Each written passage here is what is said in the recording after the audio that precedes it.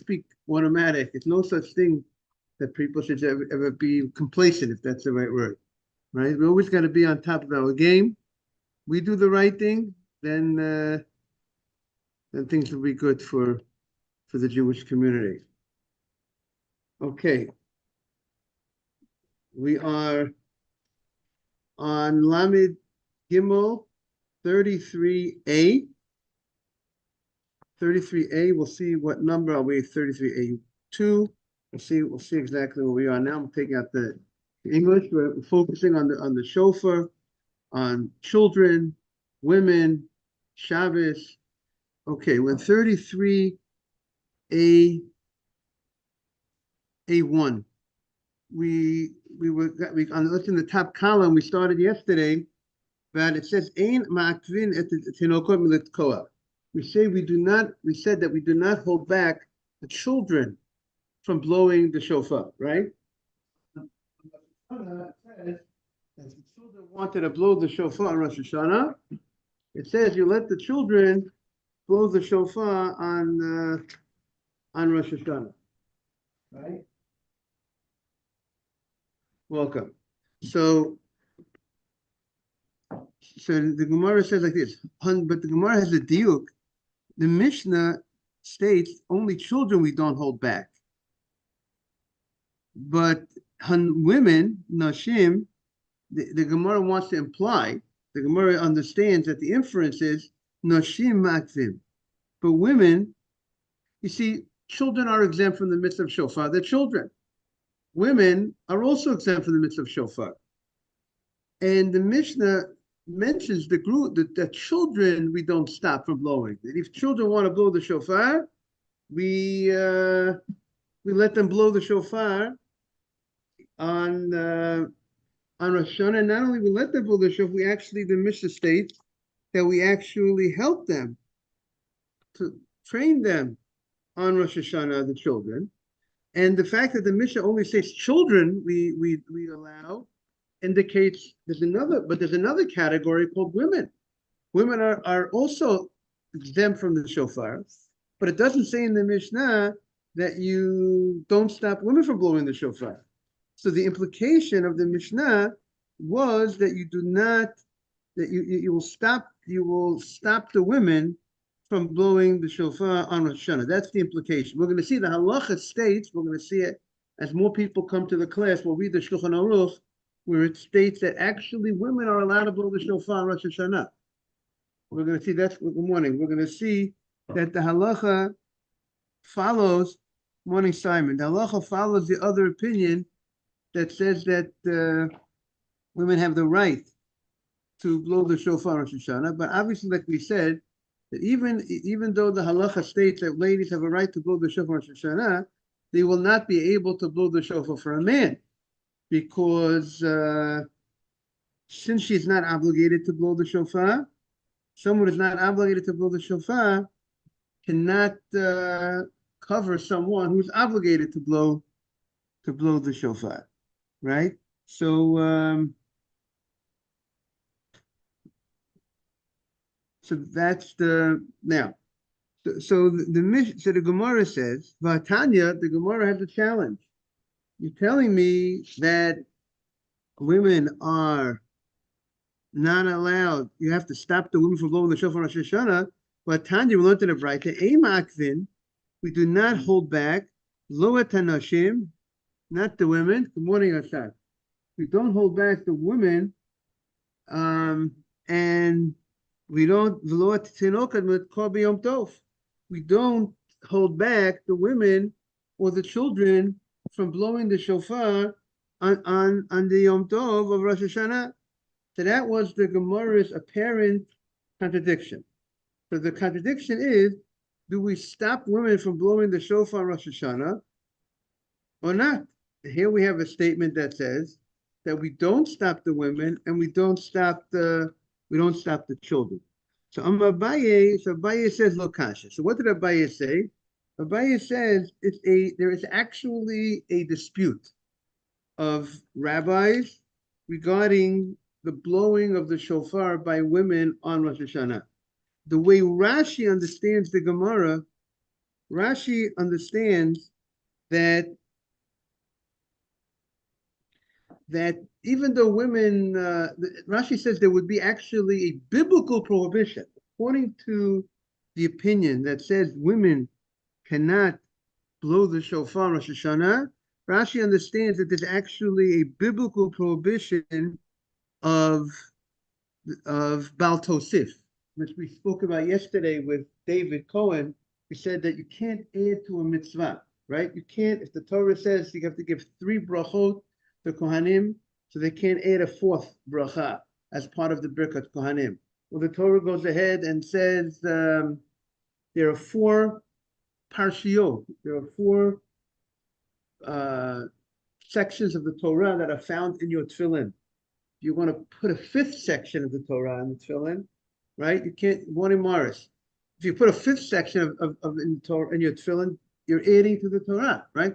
The Torah says in Morris's tefillin, it had, like all of our tefillins have Shema, the chapter of Shema, the chapter of V'hoyim Shemoah, and also what we start with the Chazan opens up in the morning, Kaddish li kol b'chor, V'hoyi kviyacha. Those are the four paragraphs, you want to call them, 4 parshiot that are found in your tefillin. If you want to put in your bar mitzvah parsha in there, you can't do that. You can't add your bar mitzvah parsha to my tefillin. I want to put my bar mitzvah parsha in my tefillin. You can't do that. That's, you're adding to the mitzvah, because the Torah was very specific. It says this Torah says this is the mitzvah. And if you're going to take out, so just like you can't add to it, you can't go ahead and take out any of the parashiyot. You can't do less. You can't do less, and you can't go ahead and do more. So comes the Gemara and says, Amar Abaye lo kasha. Abaye says it's not a question, because it's 2 different rabbis. So even though our Mishnah, Morris, we are on 33a1, right side, right column, like around 2nd paragraph, Amar Abaye lo kasha. Abaye says it's not a question. Ha Rabbi Yossi, Rabbi Shimon, Ha Rabbi Yehuda, Ha Rabbi Yossi, Rabbi Shimon. There's 2 different there's different rabbis that are arguing on this matter. There's Rabbi Yehuda, who has one opinion. Rabbi Yehuda, Rabbi Yossi, and Rabbi Yossi, Rabbi Shimon have a different opinion. The Tanya, we learned in the Brisa, right there. Dabel b'nei Yisrael. The Torah says, speak to the Jewish people, the Bnei Yisrael, and the Gemara, the language of Bnei Yisrael. So Bnei Yisrael somchin, ve'ein benot Yisrael somchin. This is talking about a karban, an offering, where you place your hands on the head of the animal, and the placing of your hands on the head of the animal, some explain, is like the sign of whatever sin I have, whatever thing should go on to the animal in a certain sense. And that's the mitzvah of placing you, similar to the idea when we do vidui, when we do on Yom Kippur, when the Kohen Gadol places his, when he does the vidui on the head of the vidui on the animal that they send off the cliff, and he does his confession, like the sins of the Jewish people should go on to the animal, so to speak. Whatever should happen to the Jewish people will happen to the animal. So that's how some explain the idea of when you place your hands on the animal, that's what you're doing. You're going. The person, you place your hand on the head of the animal. So that's perhaps the idea behind the smicha. Why are you placing your hand on the head of the animal? And this is halacha by some of the korbanot, some of the offerings that you have to do this. And we learn out B'nei Yisrael somchin. So the law is, it says B'nei Yisrael, the men of Israel. So who's obligated? The men, ve'ein benot Yisrael somchot. But the women, this opinion says the women don't put their hands on the head of the animal. They're not allowed to. They're not obligated. And not only they're not obligated, they're not allowed to. That's what this pasuk is coming to teach us, that women are not obligated to do the mitzvah. And this opinion says if they're not obligated to do the mitzvah, so then if they will go ahead and do the mitzvah, the way Rashi understands, then they're adding to the Torah. The Torah says, men do this mitzvah, and the Torah did not obligate the women in this mitzvah. So if you're going to go in and do something that you're not obligated to do, so you add it. The Torah says to the women, you have certain mitzvot to do. And the Torah says certain things you don't have to do. So Rabbi Huda understands that you're not allowed to go ahead and do this. So this is how Rashi understands the Gemara. And Rabbi Yosef, Rabbi Shimon Omrim, Rabbi Yosef, Rabbi Shimon say, Nashim Somchot Rishut, that the women have a right to go ahead and to do smicha. It's meaning to say, he agrees, this mitzvah, that you lean your hand on the head of the animal is a mitzvah specifically for men, that men are obligated in that, women are not obligated in that, but if they want to do it, they have a right to do it. So he says there's no violation of adding to the mitzvah, because the women are not saying, by doing this, we're not, first of all, the Torah just doesn't obligate the woman to do, it's not like the woman is doing exactly the way the mitzvah is performed. She's not adding to the mitzvah, she's not changing the way the mitzvah is done, right? If she goes in and she puts her hand on the animal head, it's just like the man put the hand on the animal head. She did the mitzvah exactly the way the Torah says to do the mitzvah, except the Torah did not obligate her to do the mitzvah, right? If she blows the shofar on Rosh Hashana, she's not obligated to blow the shofar. She didn't change the way the mitzvah is done. The only thing that was added is that she did the mitzvah, her performance of the mitzvah. So her performance of a mitzvah is not called adding to the mitzvah, because the only thing that the Torah was saying, she doesn't have to do it. The Torah only says, ladies, you are exempt from this mitzvah. We're not obligating you to do the mitzvah. Now, if you want to go ahead and do the mitzvah, the Torah is not telling the women that they can't do the mitzvah. The Torah is only saying we're not obligating you to this mitzvah. You know, some might explain many mitzvot that are time bound, women are exempt. They have a different, their focus is more on the children, or whatever you want to say why women are exempt from certain time bound mitzvot. We're not asking, God is not obligating them to do it. But if they want to do it, they have a right to do it. Not only do they have a right to do it, they get rewards for doing any mitzvah that they're exempt from doing. The only thing, there's certain mitzvot that we say that the women shouldn't do. They shouldn't put on tefillin, they shouldn't put on talit. Certain mitzvahs will say a lady shouldn't do. But in general, like we said, the ladies go to the sukkah. We encourage women to go to the sukkah. She's not obligated.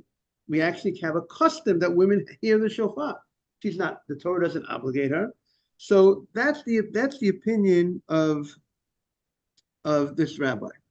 Now, this is how Rashi explains the issue of the Gemara, that the issue here was, if women would keep a mitzvah that they're exempt from, would that be a violation? That is the concern, will there be a violation of Bal Tosif, of adding to the Torah, if you want to send to the group that we're on. But Tosfot, but others, but Tosfos and other early rabbis say the following, the way we started explaining yesterday. Remember, we started explaining that, on Rosh Hashana, generally, on a Yom Tov, on a holiday, there's a prohibition of playing music on a Yom Tov, right? On Sukkot, if I want to blow a shofar, I can't blow a shofar on Sukkot. There's a rabbinic prohibition, which is the main concern is if you play musical instruments, sometimes something goes wrong with the musical instrument, you come to fix it. Sometimes certain instruments have certain strings that it breaks, you come to fix it. So there are it's a rabbinic protection. Now, So for every Shabbat, why I can't play music on Shabbat? Why can't I play music on a regular Yom Tov? But they did not place that prohibition on Rosh Hashanah for a man who's obligated to hear shofar. The rabbis never said that you can't on Rosh Hashanah, you can't. The rabbis didn't say don't blow the shofar. You blow the shofar on Rosh Hashanah, even though if it would be the holiday, if it would be Shabbat, I can't blow the shofar on Shabbat. This past Shabbat, I can't blow the shofar. On Sukkot, I can't blow the shofar. On Rosh Hashanah, the Torah tells us the mitzvah to blow the shofar. So the rabbis did not place their rabbinic prohibition on Rosh Hashanah. Yeah, so maybe it's part of the musical instruments. Once you allow certain instruments to play, they'll play other instruments that to be concerned, or there might be other reasons for it. So, but women, so it makes sense that the rabbis would, so to speak, hold off their rabbinic prohibition for someone who has a biblical obligation of shofar. For a man who has a biblical obligation of shofar, we're not going to create our rabbinic prohibition of our concern of maybe come to fix something of an instrument on Rosh Hashanah itself, right? And therefore the rabbis did not say don't blow shofar at all, right? If the rabbis would create a rabbinic enactment for shofar because of the problem of the regular problem of music, then you'll never have a mitzvah of shofar, right? The rabbis did not want to take away the mitzvah of shofar, correct? If they will go ahead, the only time we find the rabbis took away the mitzvah of shofar if Rosh Hashanah comes out on Shabbat. The rabbi says don't blow the shofar. That's because of carry. Right, that's because of rabbinic fence, because you might pump the carry. But that year Rosh Hashanah comes out on Shabbat, but the next year might not come out on Shabbat.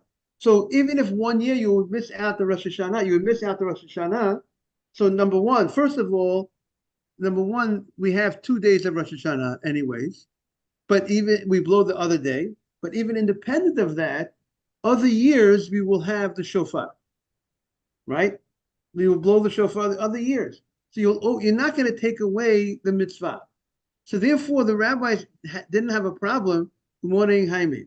The rabbis didn't have a problem of creating a rabbinic prohibition on if Rosh Hashanah falls out on Shabbat. Don't blow the shofar on that day. The rabbi said that year you won't blow it on Shabbat, but the next year but the mitzvah remains for this other day of Rosh Hashanah we'll have the mitzvah, or other years we'll have the mitzvah. The first day of Rosh Hashanah will come out, not on a Shabbat. But to knock out the mitzvah of blowing the shofar completely because of the rabbinic issue of music, don't play music on Yom Tov or Shabbat, the rabbis did not say, therefore don't do the mitzvah of shofar, because of that issue of the category falls in the category of music. So therefore, there is allowance for a person to blow the shofar on Rosh Hashanah. So one of the opinions of the Gemara is that makes sense for a man who has a biblical obligation of shofar. But women who have no Torah obligation of shofar, our custom is that women hear the shofar. But Morris, do the women have any biblical obligation of shofar? No. There's no biblical obligation of shofar for women. So since there's no biblical obligation, so therefore the regular prohibition, rabbinic prohibition of music on Shabbat or Yom Tov would apply for the women. And therefore they felt they should keep their prohibition of music on the prohibition that you can't play music on a Sukkot, on Shavuot, on Shabbat would apply to Rosh Hashanah for a woman. That's the opinion that says that a woman cannot blow the shofar on Rosh Hashanah because of there's no reason to loosen up or to hold back the rabbinic prohibition of music, because they don't have the obligation of shofar, so don't let them do it. But men who have the obligation of shofar, we're going to loosen up, we'll allow them to blow the shofar. That is the opinion of that opinion. And similarly, the idea of smicha, of the animal. that only the placing the doing certain type of activity with the animal on placing on Yom Tov or that the issue of smicha, not on Yom Tov, the issue of smicha, the animal, which we said that the man has that mitzvah of placing his hand on the animal, and the woman does not have the mitzvah of play on the korban. We're talking about the offering, and we said it's similar. We said Jaime before that it's like if the people are putting their averot on the animal. So the mitzvah of placing your hand on the animal is a mitzvah for men. There's no mitzvah if a lady is bringing certain offerings, she does not have to. She has no mitzvah. Because she has no mitzvah, there is a we're not going to let her do it. Why not? Let her do it. What's the problem? She wants to put her hand on the head of the animal, because when they put the hand on the head of the animal, in a certain sense, and they place it with strength on the hand of the animal, so you're using the kochim, you're putting your hands on the animal for a reason that's not necessary, that you don't need to do. That would be a problem, because let's say certain things you can't do with an animal that's holy, and that activity, if it would not be because there's a mitzvah of smicha, of putting your hand on the animal, you would not be able to do that type of placing your hand on the animal. So therefore, we're not going to allow that for a woman to go ahead and do it. A man who has the mitzvah, they did not create this. They did not say there's a problem for them to put their hand on the animal. So, like it says, they say, because placing your hand on the head of the animal, it looks like you're using the animal. It has some sort of appearance of using the animal, and that's an issue that you don't want to allow that type of action on a korban, on an offering. So therefore, we'll have this, even though we'll have this prohibition, since this prohibition should take effect of using something that looks like using an animal. So when you have no obligation to do that, stay away. Anybody who has an obligation to go ahead and place his hand on the animal, so we'll say that's the mitzvah. The men have the mitzvah, so they do it. But a woman who does not have the mitzvah, and if she actually does it, there could be a negative happening. What's the negative? When you're exempt and you do it, and there could be a negative, so that's stay away, don't do it. So therefore, that's the opinion that says don't do it. However, the other rabbi says no.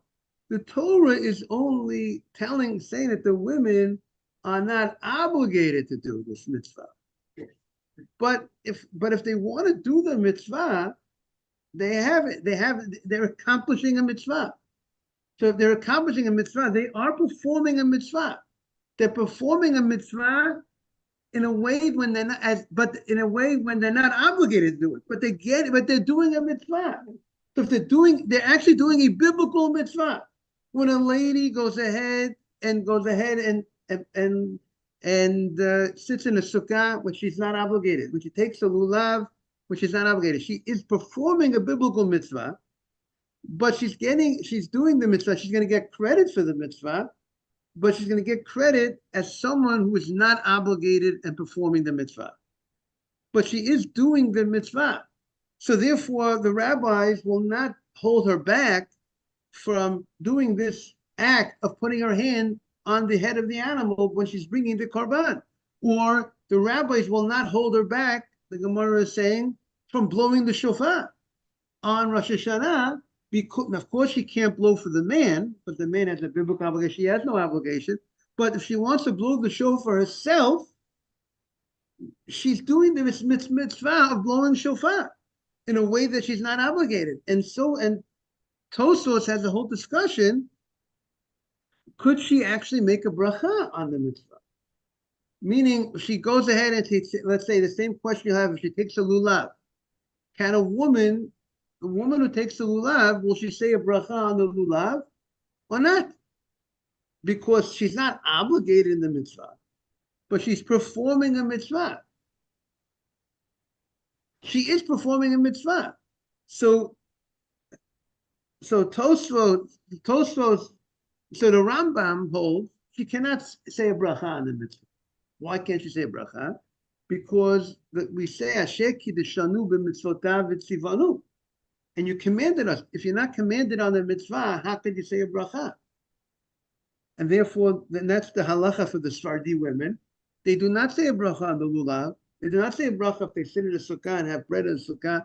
They don't say a bracha on it. But Ashkenazic women hold like the Tosfot opinion that the v'tzivanu is that they say the bracha because they're saying not that they are personally commanded. They don't say v'tziviti, you command. They don't say you commanded. It doesn't say they don't say you commanded me. V'tzivani, you command. They don't say you commanded me. They say you commanded the v'tzivanu. You commanded the Jewish community on the mitzvah. The tzivanu commanded us. Now us maybe means the bigger us, so to speak, the Jewish community. I might not have this obligation, but I'm saying I'm recognizing that there was this mitzvah of, and why am I doing this mitzvah? Because there was a commandment for the Jewish community. I'm exempt from it, but I'm doing it anyways. So that is what the Gemara is saying over here. So yes.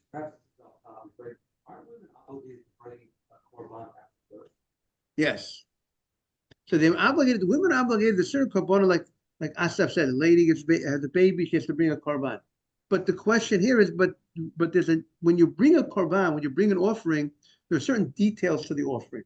There's certain offerings that you bring.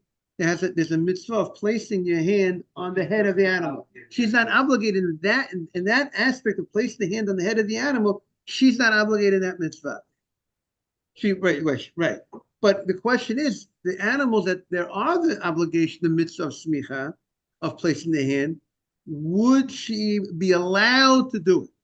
Would she be allowed to put her hands on the head of the animal if she wanted to? So you say, Rabbi, what's the problem if she wanted to? If she wants to do it, she might not be obligated. What's the problem?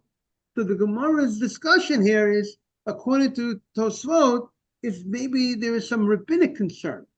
What's the rabbinic concern? The rabbinic concern is that it looks like she's using holy, something that's holy. The animal, which we designate as an offering, is holy, and it looks like she's using it by putting leaning her hand on the animal. She's leaning her strength on the animal, because you're leaning with strength. The law of placing with smicha is that you put all it's a strong leaning on the animal with your hand. So it's a strong leaning. It's like she's using it. So therefore, and you can't use an animal of, I want to sit on an animal that's designated for an offering. Can I sit on its side? I'm a little tired. It's hard for me to stand. I can't supposed to sit down on the animal. So this placing my hand on the head of the animal has an appearance of using something that's holy for some personal use or something, and I can't do that. That's the concern of one of the rabbis, according to Tosfot. The other opinion, Rashi says the concern is if she's not obligated, maybe she's like adding to the Torah. That's the other concern. Now, but the halacha would, now, I want to say the following. It's interesting that we have, let's say, the myth of tefillin. We said that women, even though we hold that a lady can perform the mitzvah of lulav, and a lady can perform the mitzvah of sitting in a sukkah, we hold it's not a violation of adding to the Torah. They're not saying they're obligated on the Torah level. They're just saying they're doing it even though they're exempt from doing it anyways. But what about putting on tefillin? Why manishtana? Why is it that the halacha states that ladies cannot put on tefillin if they wanted to put on tefillin? They're not allowed to. So the question is, why is tefillin one of the exceptions to the rule that ladies cannot put on tefillin? So the way we explain, so here the issue is the following. Tefillin, good morning. Tefillin requires a clean body. Tefillin requires that when you wear your tefillin, there's no emission of gases. When you have your tefillin, the body has to be clean. And for men, we find it's very hard even for men to keep their body clean when they're wearing the tefillin. Remember, the tefillin is holy. The tefillin has sections of the Torah in your tefillin on that parchment, and it has many times the name of God is written in your tefillin. Therefore, by the way, that might be an encouragement for people not to go ahead and use their cell phone and text and and looking and reading, especially today after the election, people might want to have a desire to read more information, and you have this holy stuff on you. It's on your hand, it's on your head, it's tied to you, right, Simon? So isn't that a nice idea to share? Morris, what do you think? I saved your day, Sasa. I saved your day. So now, if I had to go ahead and use my tefillin to use my cell phone, if a person's a doctor and they're a doctor on call and they need to look at their cell phone, fine. I have no problem for a doctor looking at a cell phone if he needs to look at a cell phone. But if a person is not a doctor, and if a person, then now you have to ask yourself, what is this big need that your person's using the cell phone when you have holiness on you? So how could to use it for mundane? Jaime, you like that idea? That's to use it for the mundane is not really proper. Like you're in the same thing when you're in a shul, you're in a synagogue, you're in a holy place. It's a holy place. This is a house of God, so to speak. So what's the activities that we do? How do we act in a house of God? There's a certain way to conduct oneself in the house of God. So when it comes to tefillin, it's hard enough for a man to control his body, to keep his body clean. And really, in the olden days, they would wear tefillin the whole day. The whole day at work, they had a tefillin on. You were a blacksmith. You were a blacksmith with your tefillin, and obviously the fact that you wore tefillin the whole day. Yeah. Oh, very good. So maybe it's a different type of cleanliness. Maybe if you sweat, but it's not not a bodily that you're emitting gases, which gives off a bad smell or something like that. I understand what you're saying with the sweat. It's a good point, but they would wear the tefillin in those days, and the tefillin, having it on them, they would have to be in a certain mind frame to not to be lightheaded, acting in a lightheaded way, making jokes. You can't make jokes with your tefillin because you have this holy. You have to act with a certain level of seriousness. Now you're working. You're involved. That doesn't mean you want. Again, the old days actually worked with the tefillin, but since it's hard to keep the body clean, we don't wear the tefillin the whole day. So we have a limited amount of time that we're wearing the tefillin, and it's hard enough now. Really, because it's hard to keep the body clean, we're lucky we're able to perform the mitzvah. Because even when we're performing the mitzvah, there's still the concern. We have to be careful not that the body should emit gases. So women who are exempt from this mitzvah, so now for them to go ahead and do something when they're not obligated to do this mitzvah and they're going to do it, and they might disrespect the tefillin because it's hard enough for us to do it when we're obligated. So that's the type of mitzvah we say women shouldn't do, because there might be, so to speak, more harm than good. Because something that more harm would be the emission of gases and so on and so forth, because they're exempt from the mitzvah. So that is the reason for that. Now, what is the halacha regarding women and shofar, right? So we know our custom is that women hear the shofar. What does the Shulchan Aruch say? Shulchan Aruch says, fascinating, morning doctor, even though women are exempt from shofar, they're allowed to blow the shofar for themselves. Technically, the women are allowed to blow. I might be fired now. No, women they're allowed to blow the shofar for themselves. Now, I'm not recommending any woman. I recommend the men should blow the shofar. I don't recommend that the women should blow the shofar. Now, the Ber Hagolah, one of the commentaries say, because this is following the opinion of our Gemara that says they're allowed to do the shofar, that they're allowed to blow the shofar, and also the fact that we have a ruling that says Gadol HaMitzuvah V'Osa, Greater is a person who's obligated and does a mitzvah than someone who voluntarily does, and someone who's voluntarily does a mitzvah. So that means when you voluntarily do a mitzvah, you also get reward. Just meaning every time a lady takes a lulav, every time a lady sits in a sukkah, she gets reward for it. She just doesn't get the same reward as a man. Now, the question is, why you, as a person who's obligated to do something, gets more reward than someone who's not obligated to do it? So Tosfos says there's a pressure. When you have a certain pressure, when you know you have to do something, there's a certain pressure that you might have. You're worried about it. You have an obligation in the morning. So that pressure gives you the allowance, gives you that extra reward. That is the monigari, the paseo. That extra pressure gives you the reward. You get reward. That's why you're getting more reward. When you go ahead and you're not obligated to do something, you do it. So there was no pressure. It's very, you didn't feel any stress, if that's the right word. But called kosher pressure. But the kosher, you're going to get rewards for the kosher pressure that you have, and it should be a pressure of love. Just like when you have a pressure, when you have to do something, and you know you have to do it, and it's important for you to do it, you get rewarded for doing that thing that you have that obligation to go ahead and doing.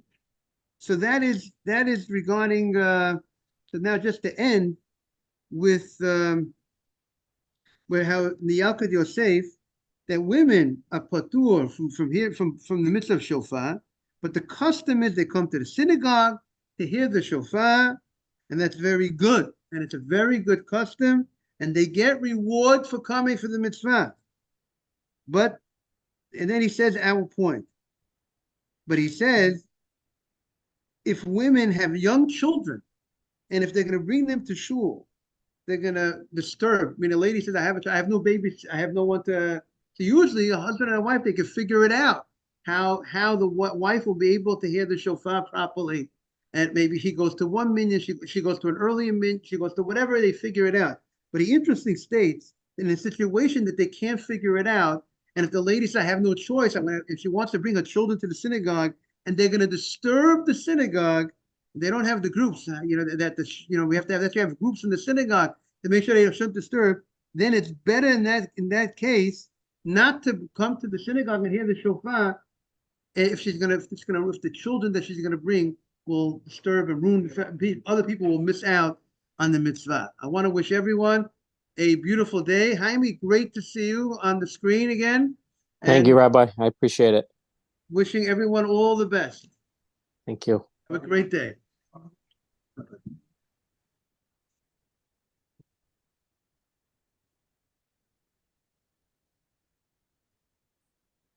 Have a great day, everybody.